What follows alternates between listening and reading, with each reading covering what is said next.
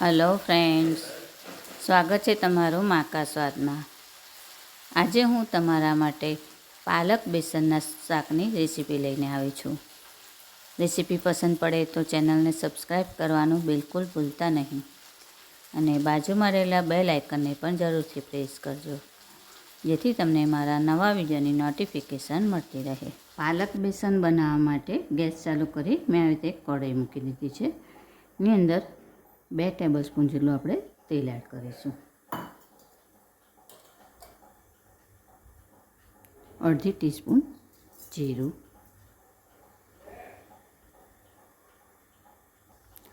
જીરું આપણું તતડી ગયું છે તો હવે ગેસની ફ્લેમ આપણે મીડિયમ કરી દેવાની। એની અંદર 2 આખા મરચાં, 1 ઇંચ આદુનો ટુકડાને મેં આવી રીતે ઝીણું ઝીણું સમારી લીધું છે અને 1 મરચાંને પણ આવી રીતે સમારી લીધું છે તે એડ કરીશું। 1 મોટી ડુંગળી સમારેલી અને 10 થી 12 કળી લસણને પણ મેં સમારી લીધી છે। એમાંથી થોડુંક લસણ આપણે રહેવા દઈશું।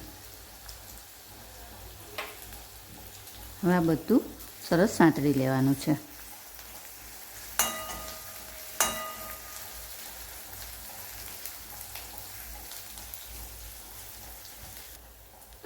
ડુંગળી, આદું, લસણ બધું સરસ આપણું સાંતળી ગયું છે।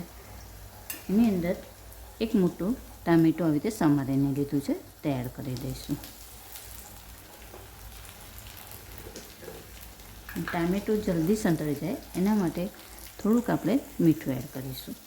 1/4 ટીસ્પૂન જેટલું એડ કર્યું છે હમણાં।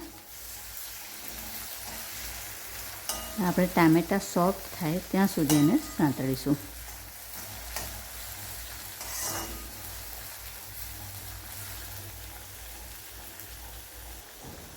સાતેક મિનિટમાં આપણા ટામેટાં સરસ સોફ્ટ થઈ ગયા છે। હવે એની અંદર આપણે મસાલા કરી દઈશું। અડધી ટીસ્પૂન હળદર, 1 ટીસ્પૂન ધાણા જીરું, 1 ટીસ્પૂન લાલ મરચું પાવડર। આને આપણે મિક્સ કરી લેવાનું છે।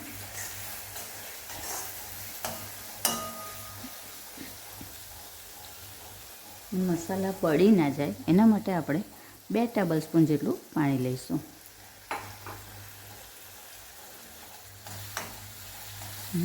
પાણી બળે ત્યાં સુધી એને પાછું આપણે સાંતળીશું।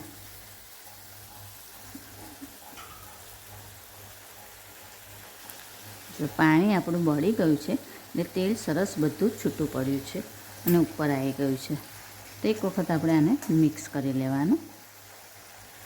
હવે એની અંદર મેં આ 200 ગ્રામ પાલકને સમારીને આવી રીતે પાણીમાં પલાળી રાખી હતી તો એ એડ કરી દઈશું। પાણી આપણે એનું નથી લેવાનું, એકલી ભાજી જ લેવાની છે।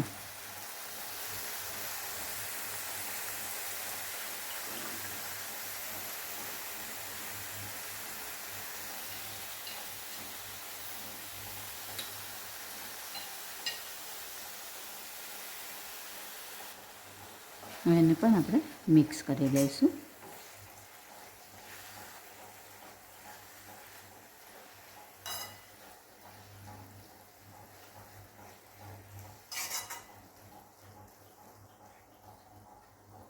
હવે આપણે ભાજીના માપનું થોડુંક મીઠું એડ કરીશું, બીજું 1/4 ટીસ્પૂન જેટલું,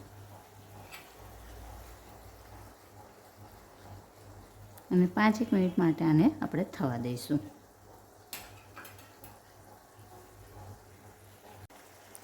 5 મિનિટ પછી ફરીથી આપણે 2 થી 3 ટેબલસ્પૂન જેટલું પાણી એડ કરીશું અને 3 ટેબલસ્પૂન જેટલો ચણાનો લોટ એડ કરીશું।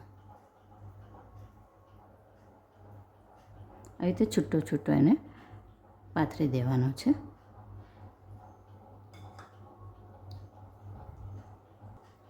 હવે 2 થી 3 મિનિટ માટે જ આપણે ઢાંકણ ઢાંકવાનું છે, ત્યાં સુધી એને આવી રીતે થવા દઈએ। 3 મિનિટ પછી આપણે ઢાંકણ ખસેડી દેવાનું છે। જો આવી રીતે સરસ ઉપર બધું પાણી આવી જશે.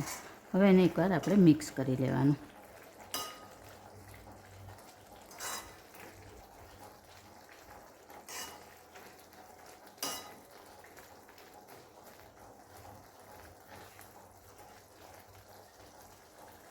હવે આપણે ગેસની ફ્લેમ બંધ કરી દઈશું.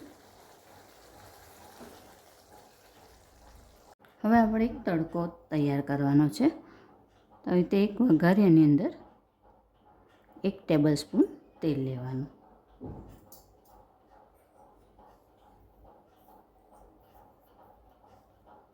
અને જે આપણે આ લસણ રહેવા દીધું હતું તે લઈ લેવાનું.